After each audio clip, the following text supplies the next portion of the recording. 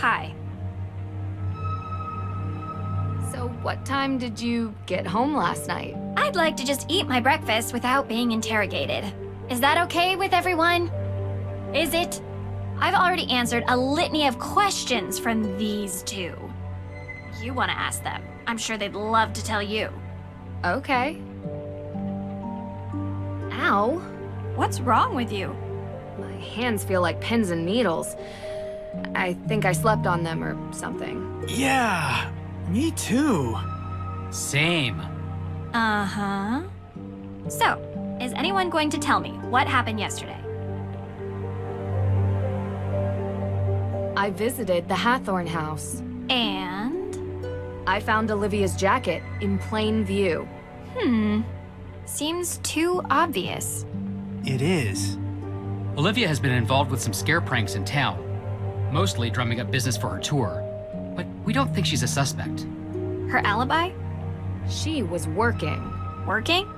As was everyone else in town at the time. Minus Mei, of course.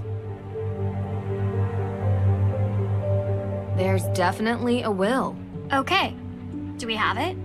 No, but I found a letter written by Frances Tuttle specifically stating that a will exists and was written for Lauren. Could have been burned in the fire. Could be the reason for the fire. None of this helps Mei. We need a perp, not a possible piece of paper that no one can find. A perp? We should still try to find it. It might be motive, and it would mean the difference between keeping or losing a home.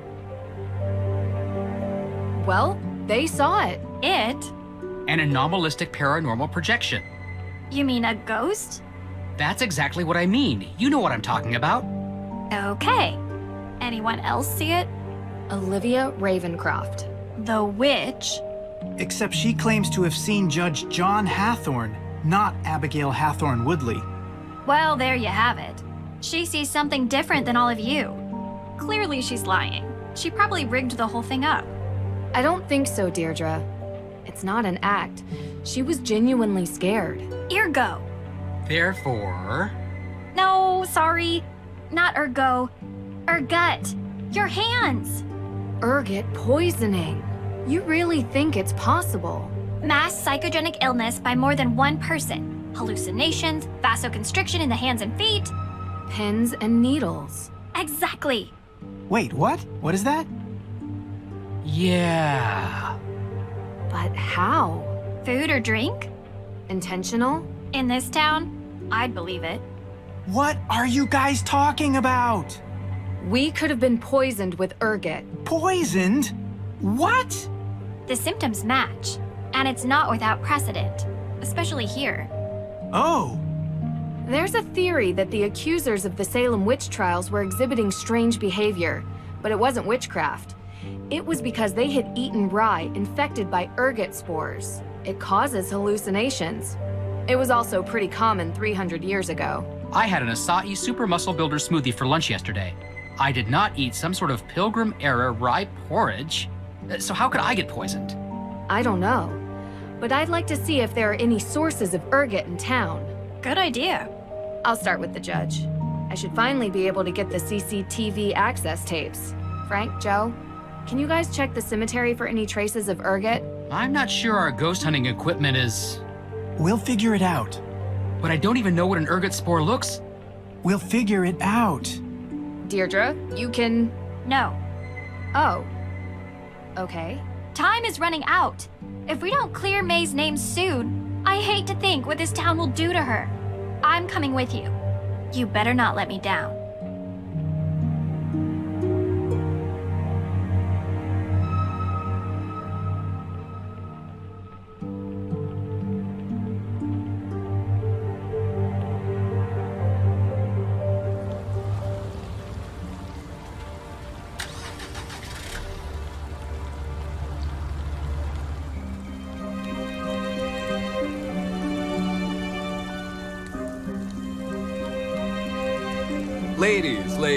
Ladies.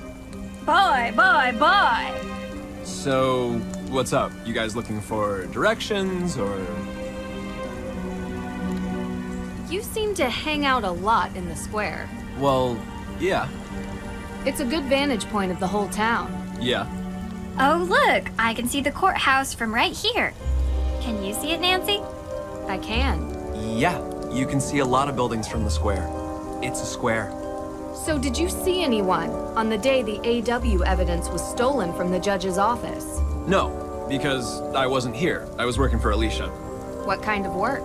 Helping her run errands, What errands? dry cleaning and stuff.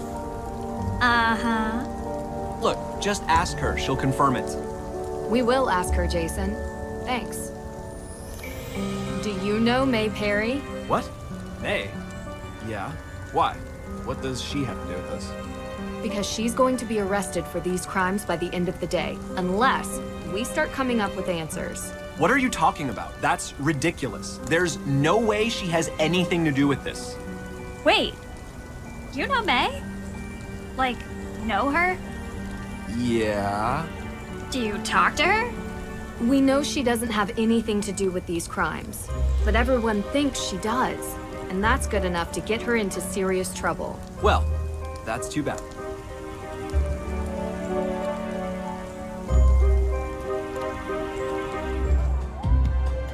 What? They're skipping through the halls this time? I've just realized that this case has taken a turn. About time. How do you figure? Intentional poisoning usually has one goal: to eliminate the target. Someone was trying to kill us. Ergot poisoning at high enough doses.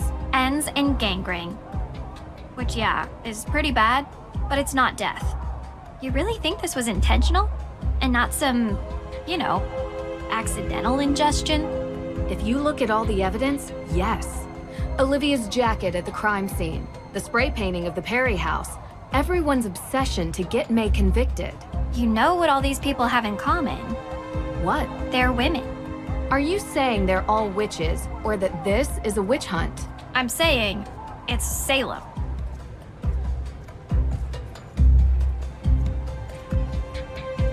Can I help you, Miss Drew? I'm here for the CCTV footage. Yes. You can use this on the evidence room computer. You know where that is, right? Yeah, I found the PIN code here. Remember? Of course you did. Now run along. Run along. You know, I just realized I never followed up with you two about what you were doing on the day the AW evidence was stolen. You know, Nancy, this detective thing is really sweet and all, but we are in the middle of something important here, okay? What are you doing? Initiating the process of handing over Hathorne House to the state so it can be turned into a museum. What? It's our only option. But you work for Lauren. It's her home. And I'm getting her an extra 90 days before she's evicted, which is 90 more than she would have had without me. So we're a little busy right now, because we need to file this by the end of the day. And Mei Parry? What about Mei Parry? Is she being charged? I won't discuss this. It's an active criminal investigation. But from what I've heard, an arrest will happen later today. So please, can you both leave us? Come on, Deirdre. I have the drive. Okay, distract me, Drew, so I don't go back in there and smash things. With what? Tell me some inane detail from your life so I feel better. One where you come off badly. I know. Tell me what Ned said when you told him you saw a ghost. Oh, shoot, I totally forgot. I said I'd call him back and I didn't. You forgot? Do you even want a boyfriend, Drew? Because that is a fine young man some other girl might appreciate more than you. Some other girl? Yes, like a nice girl who knows him well and thinks he's cute and would remember to call. You know I'm a detective, right? This mystery girl, not so mysterious. Shucks, I was trying to throw you off with nice. Oh, come on. You're in no danger from me, Drew. You could never call Ned again, and he'd still be sitting by his phone waiting for you. Maybe. After this, I'm going with him on vacation. No cases. I think you'd hate that. You need a case. You're a mystery addict. Get him to help. Romance, adventure, a tropical location with stunning sunsets. That actually sounds like an amazing idea. I know. Also, I hate you. Thanks, Deirdre. Nancy, how's my favorite daughter doing? Only daughter. Ugh, That too. You okay? How's the case coming along? not well. I have a bunch of alibis, but I'm missing something. Then there's the book of apologies that's been stolen, and the arson, and a break-in at the courthouse. Hey, slow down. Let's focus on one person at a time. Who's on your list?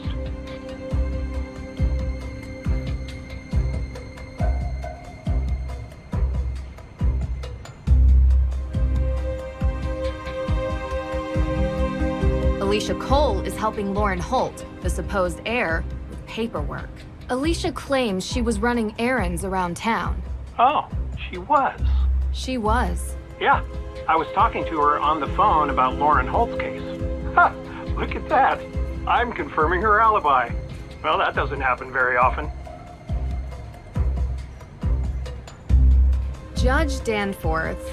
Okay. Look, he's coming on strong trying to pin the crime on a girl without any evidence. It's a bit Strange. unbecoming. He's supposed to be impartial, but he's really going after this one teenage girl, Mei. Well, look, he was like a mentor to me in college. We've kept in touch, but I do not know all the details of his situation.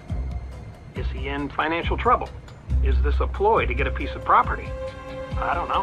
Which would be ironic because that's exactly what Judge Hathorne did in 1692. But Mei isn't involved, at least from what I can see, in the question of ownership of the house. Could be about the people Mei is related to. Go after her as means to hurt the ones she loves. It's extremely unsettling for a judge to do that, but it has happened before.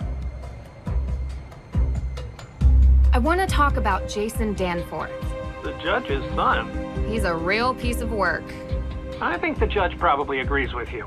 I don't know him personally, but I've heard stories. He claims that during the time in which the accused witch's evidence was stolen, he was helping Alicia Cole. I guess he does work for her. Okay. Accused witches are... Claimants against the Hathorne estate.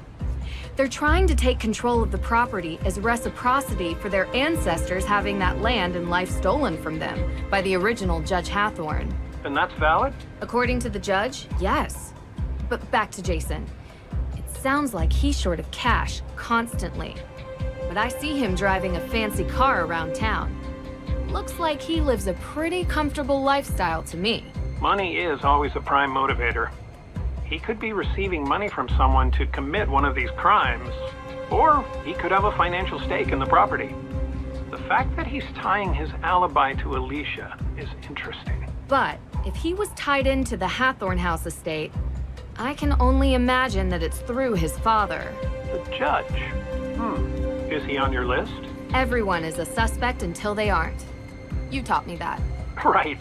Okay. Who else? Lauren Holt is the supposed heir of the Hathorne House estate. Why supposed? She's the adopted daughter of the previous owner, Frances Tuttle. And while Lauren claims there's a will, no one has been able to find it. How did her relationship with Miss Tuttle seem to you? Close. But then wouldn't Frances have kept the will available if that was the case? Either way, I struggle to justify why she would burn down the house. Oh, any number of reasons. She could feel that the house is Ms. Tuttle's and refuses to let it pass into anyone else's hands. If any of these other players have their eyes on repurposing it as a museum or entertainment venue, she could view that as an affront to Ms. Tuttle's memory. Well, she also lives there. Not in the burned part, in a separate carriage house. By burning it, perhaps she hopes to ruin the chance of anyone else using it, and to stay on the property indefinitely. Mei Parry runs the museum in the center of town. The gatekeeper of the town. You mean like the keeper of the town's history? Exactly. Anyone who runs a museum has a vested interest in keeping that history alive. I don't know Tegan, but I don't doubt that she feels some ownership over the town's past, present, and future. So she wouldn't want to destroy Hathorne House. But? Well, she runs the Accused Witches organization. She's very passionate about their cause, Like, extremely. Being passionate and being destructive are two different motivations. It's not impossible, but it is implausible. Mei Parry is the primary suspect for the arson. And why is she the prime suspect? She's the only one who won't give an alibi for the night of the Hathorne House arson. I see. And she's been in trouble for a fire before, when she was a kid. Seems people want to believe the worst of her. She has a reputation for being weird and a loner. None of that explains why she won't give an alibi now. She plain refuses. Seems to me like she's doing it to protect someone. Or a group. Her sister runs the accused witches. But Mei doesn't seem too invested in their cause. She could be protecting multiple people. Maybe the whole town is in on it. I think uncovering her alibi is the key to unlocking this whole case. Yeah, you're probably right. If I could only get her to talk to me.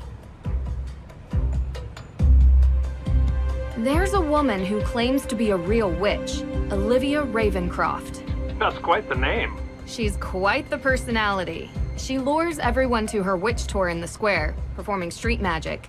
It's really something. She sounds like an entrepreneur. But would she be motivated to burn down a historic building in her own town? Could add to the value of her tour. The myth of the cursed town of Salem. She also pushes this whole ghost narrative, suggesting a restless spirit might be responsible for the arson of Hathorne House, that they were set loose by a coven of modern witches seeking revenge. That could be a play to make money from tourism. It's cynical, but in today's day and age, I don't doubt it. There's something interesting about the whole coven thing, though. Not cracked it yet. Witches in Salem. Careful with that. You know I am. Also, I discovered she uses smoke bombs in her magic shows. Could be a pyrotechnical accident. Or intentional. Yes. Who else? Talk to you later. Thanks. I think I discovered one inconsistency in your case. Jason Danforth wasn't with Alicia Cole the day the AW evidence was stolen. I talked to Alicia for a few hours, including during the time of the burglary. You have the times nailed down. Danforth mentioned them when we talked about getting the Book of Apologies. Thanks, Dad. This is super helpful. Nice work. It's all you, kiddo. Let me know how it goes. Good luck.